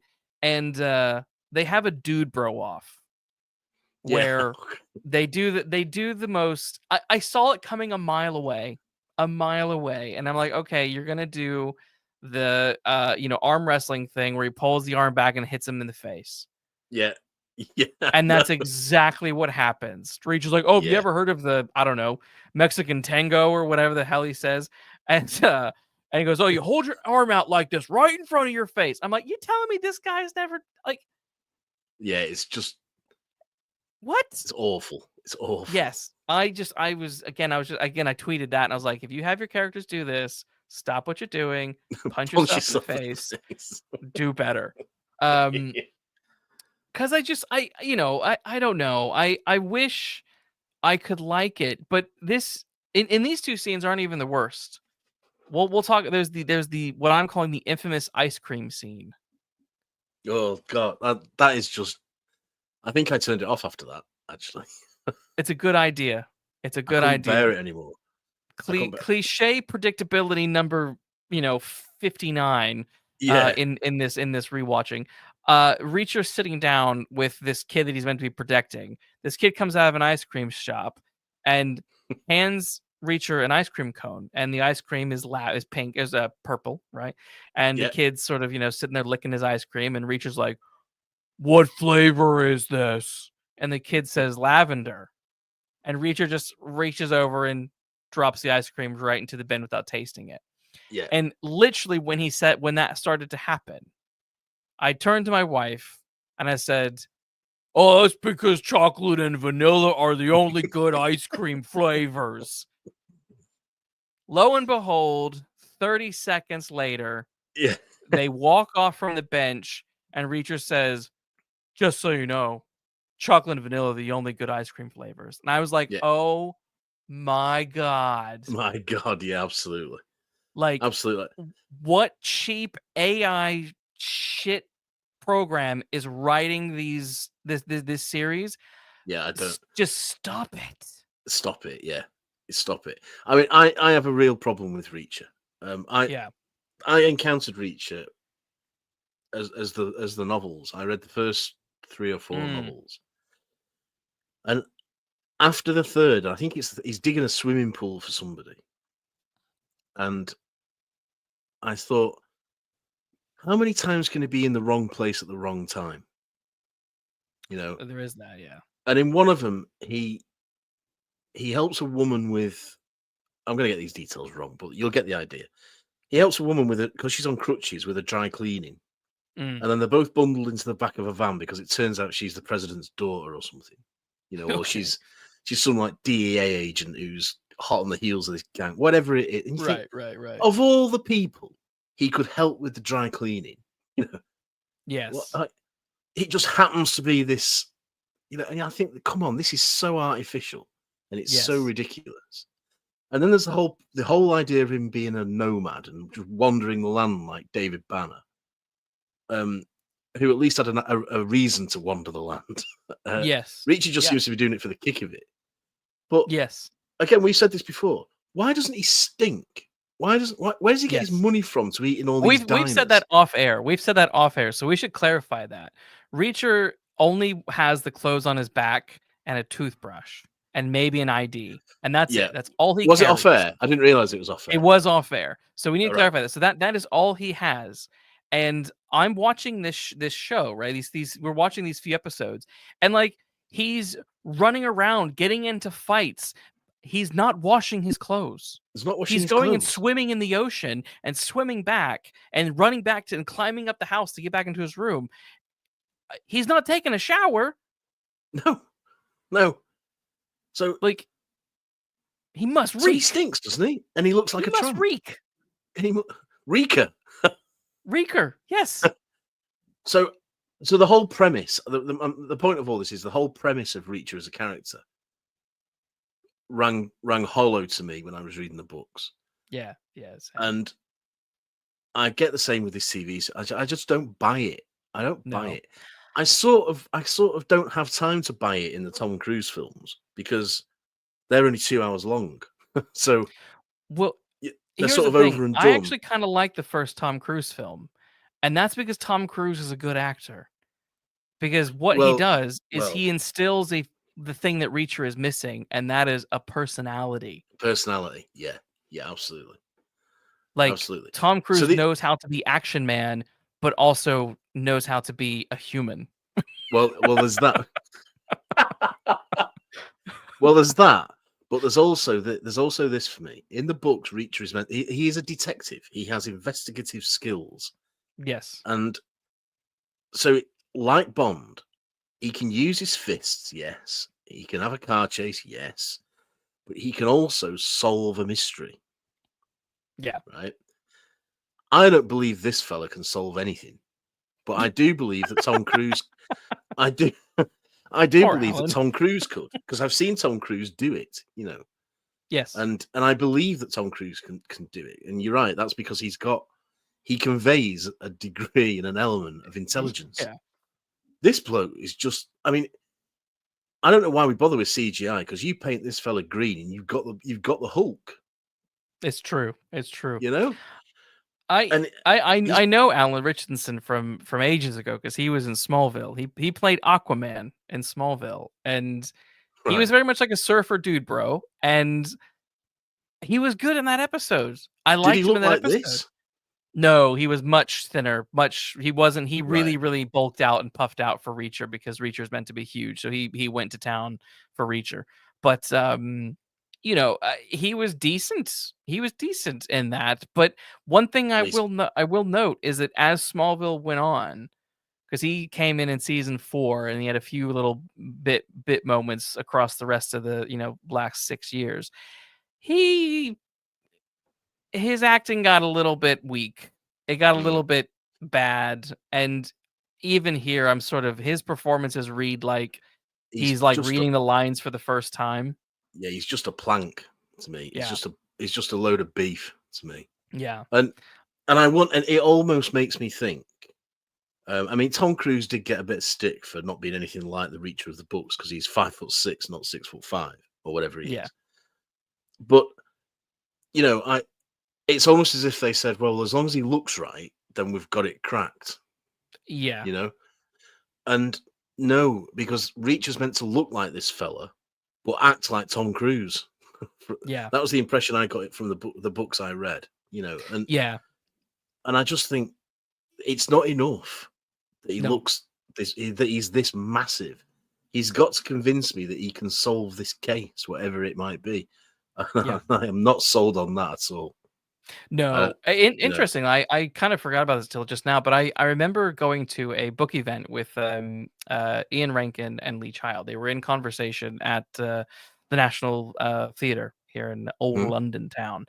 And it was just at the time when the Reacher show was getting into production. And Lee was very much like, you know, sort of being a bit sort of like in the way he was a bit dickish about Barbara Broccoli in those early comments. He was sort of being the same about the Reacher films and Tom Cruise not being the right fit, but that we finally got the right guy. You're gonna be happy. It's Alan Richardson and blah blah blah blah blah. And I remember at the time thinking, okay, cool, maybe he'll be good. And then just being floored when the first series was just we were laughing the whole way through. We thought, wait, this Yeah, you think this is better than Tom Cruise? Because yeah, the other thing that's worth noting is so Amazon have other shows that are actually good. I swear. Like Bosch is great. Bosch Legacy is Bosh, great. yeah, Bosh is fabulous. They did the last few seasons of Ripper Street, which is fantastic. Yep, They've done other things. They've The Expanse is very good. They Amazon do things that are good, which is why I'm like, hey, maybe Bond won't be a total disaster.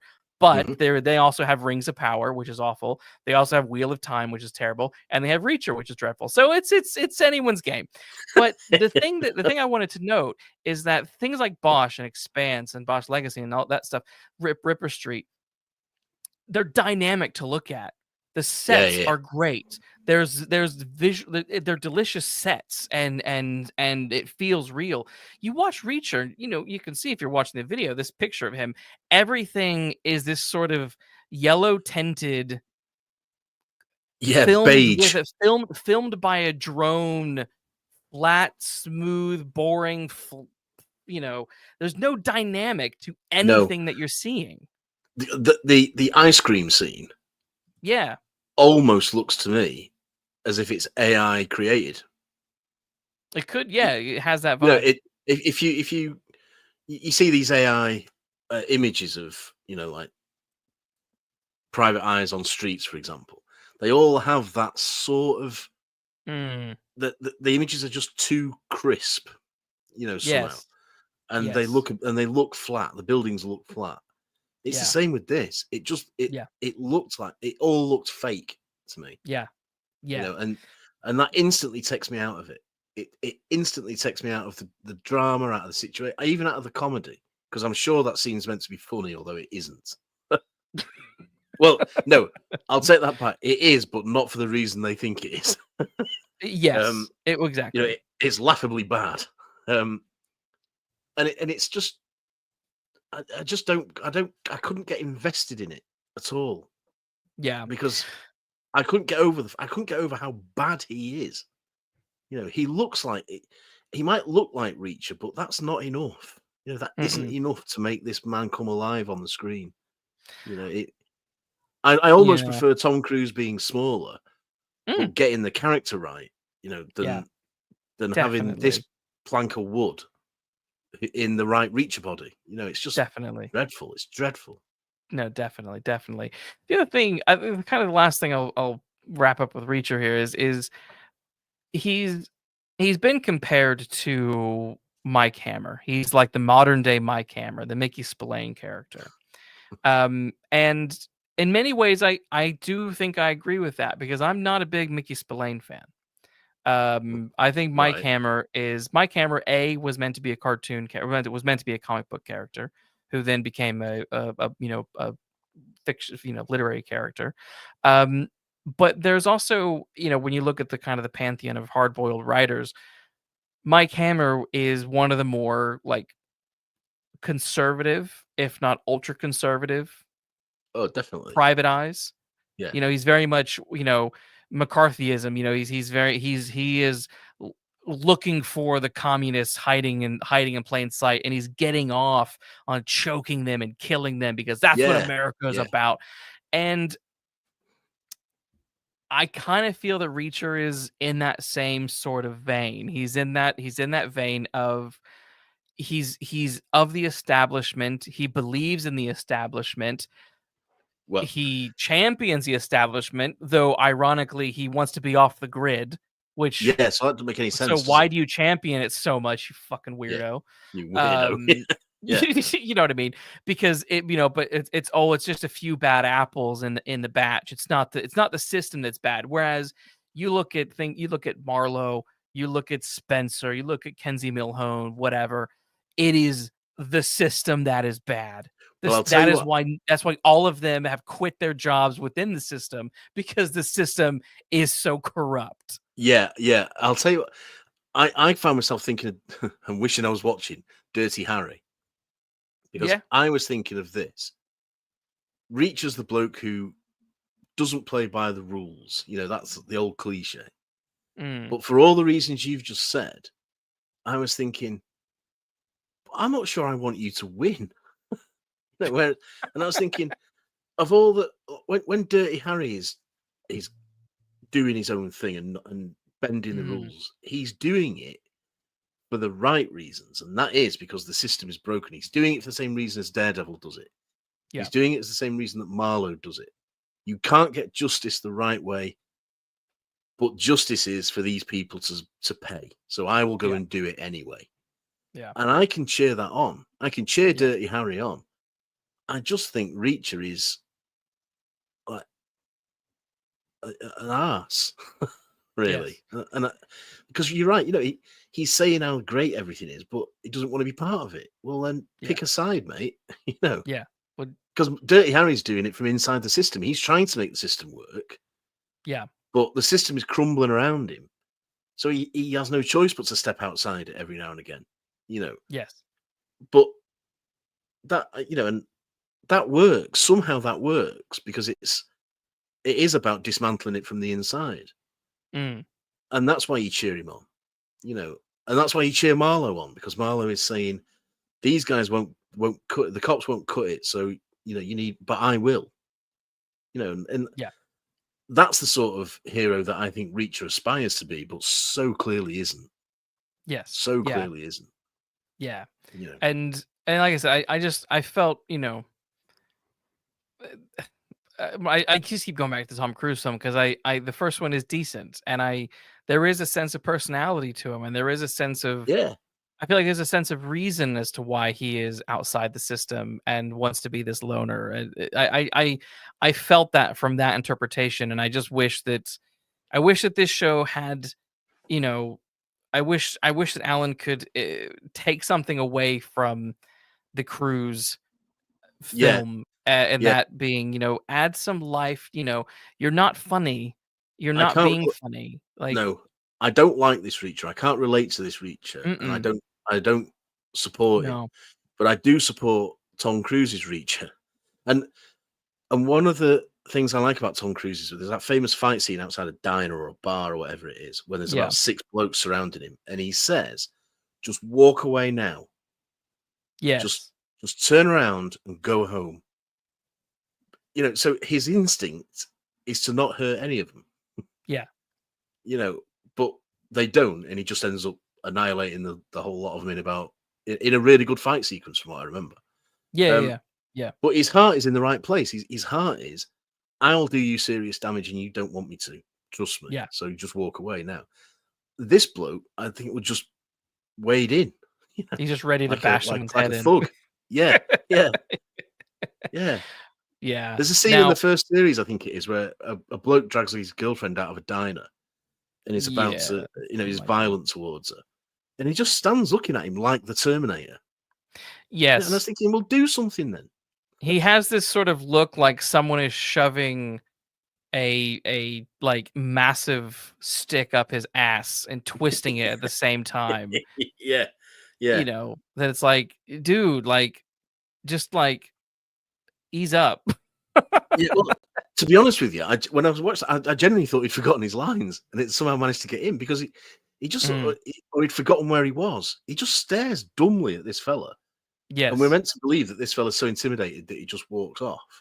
Yeah. Yeah, but Just like, all right. well, all right then. What was the point of that then? Because I was Yeah. Yeah. expecting him to have a go at him, and then for him to do what Tom Cruise does and say, "Don't, put that away, put that Yeah. weapon away, because you're gonna get hurt." But no, there's just nothing. Just it's Nothing. so lifeless. I heard that Reacher was labeled as wallpaper TV, which is low lift and minimal concentration, and I think that is the audience. And interestingly enough, Reacher has a very large conservative fan base, which has Well, actually gotten the actor into trouble because he, though being a Christian, is very critical of Trump. And so he's very much like, oh, this guy's an asshole. So mm, I like Alan for that. Well done, thank you. You're yeah, cool for that. yeah, Uh, yeah. but um, but I do find it interesting how this version of the character has become a sort of and I remember when the first season came out that it did really grab the attention of a bunch of like the more conservative and far right kind of YouTube channels. Mm. And I was like, oh, this is interesting because I don't think, you know, I Well, don't, I don't know. I can't Eh, say for sure, but I'm not sure that's the audience that Lee wants. well, that's the thing. I don't think so either. And then even in this show, as bland as it is, like you can kind of get what Reacher's politics are, and they're not yours. Yeah, But I think one article I read about Reacher is this sort of uh,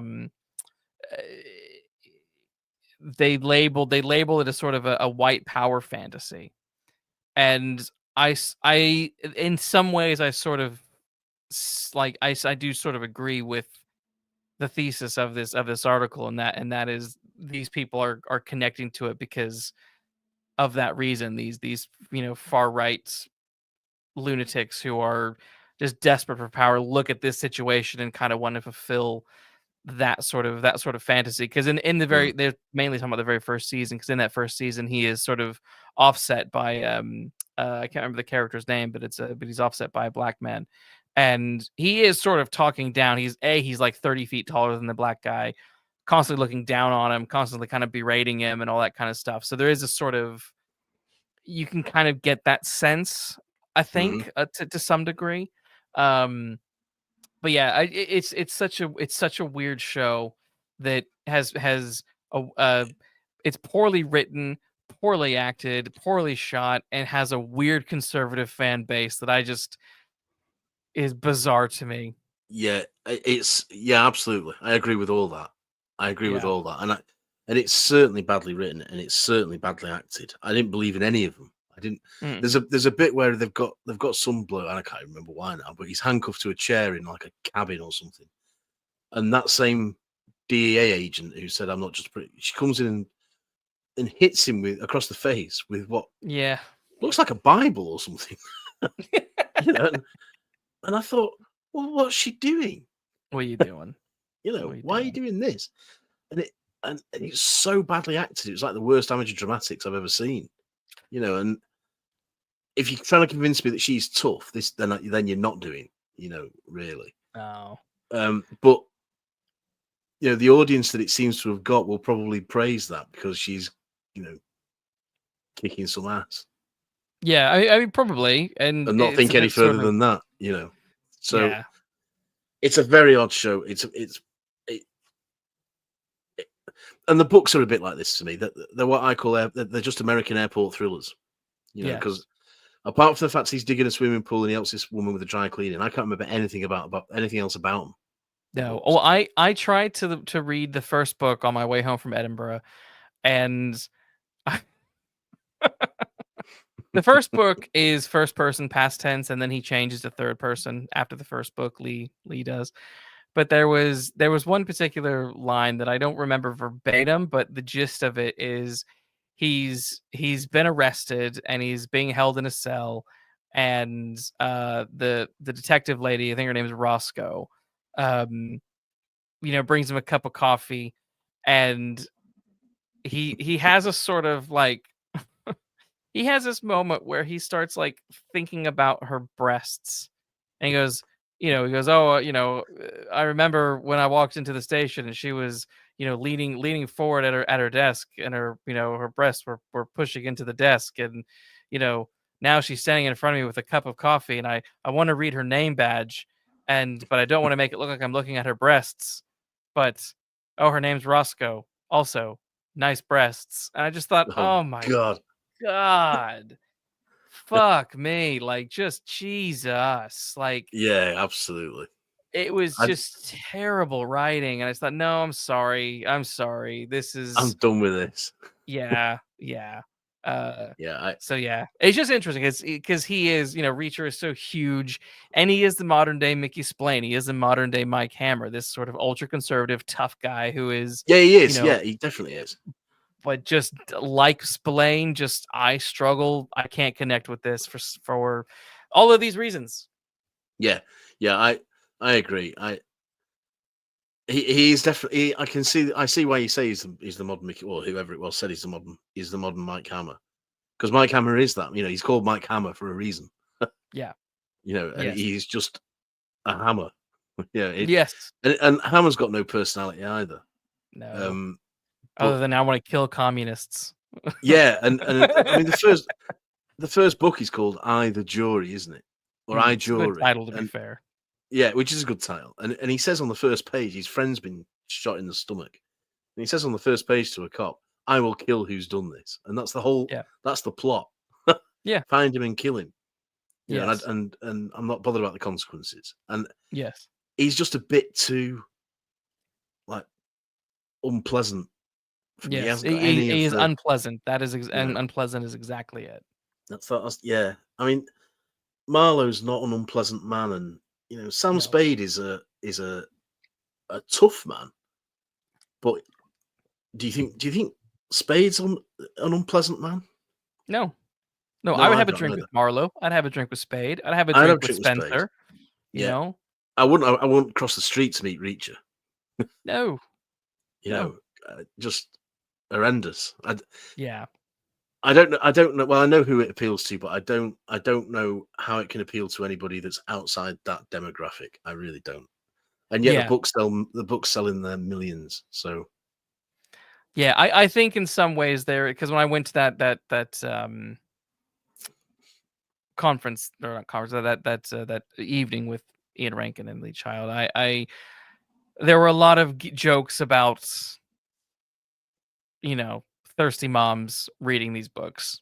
hmm, So I think that is thirsty wives, when, because there was yeah, a couple of like people who would like, oh well, yeah, my wife has spent many a night with Reacher. I'm like, why are you being such a cuck?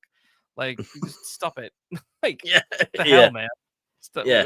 why? All right. There was a lot of comments like that night. Very So I odd. think that Very sort odd. of is a bit of an indication. I think it's, yeah. I think there's part of it is It, that as well. maybe it is. Maybe it is. I mean it's just it's so the whole thing is shallow. There you go. That's the word Yeah. for it. It's nothing more than skin deep. There's nothing else going on in it. It's the No. story that you told, and Reacher is this massive like idiot, uh, and that's what you get. That's what you're given, and Yes. that's what you take.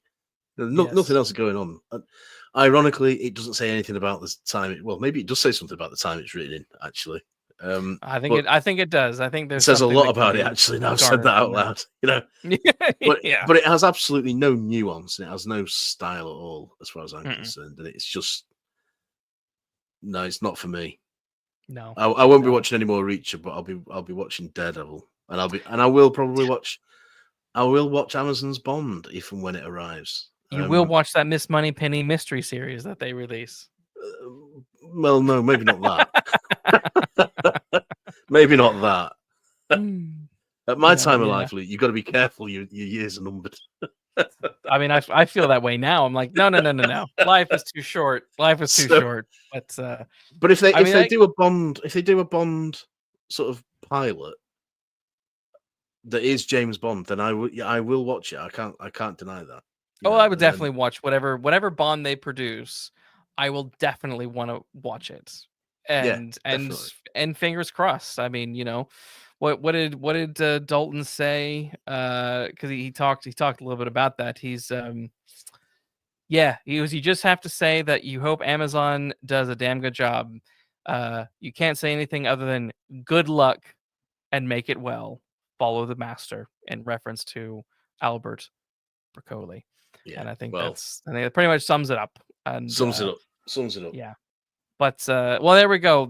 I hope people enjoyed our live special where we're just sort of rambling about noir-esque things that are on TV or around and about. I think we'll probably do these on a semi-regular basis. I think so. Because it's a little fun to do, and also you can hang out in the chats and hang out and throw some questions our way. What else should we promote? Go like, subscribe, follow us everywhere, listen to the podcast. We have a Patreon account as well. Go hang out there for very, very little money a month. You can you can find out what episodes we're going to be doing and drop questions in advance that we'll answer live on the show. And lots of different things that you can get from the various tiers. Yeah, and keep an eye on social media, because we put links to past episodes of the show, which are also available on YouTube. So if you've not discovered them, you can. Everything is there. Have a look. YouTube, Apple, Spotify. But we will do this again in a while. I think we'll probably come back towards the end of Daredevil Born Again and have a Daredevil Born Again sort of debrief and see if it maintains its quality. Let's do that. Yeah, I think that's where we'll be next. But otherwise, everyone enjoy your evenings or days or afternoons, and thanks for hanging out with us. Thanks for joining us. Thanks for being with us. It's been good fun. Yeah, I guess we could sort of tack off with take care walking down those mean streets.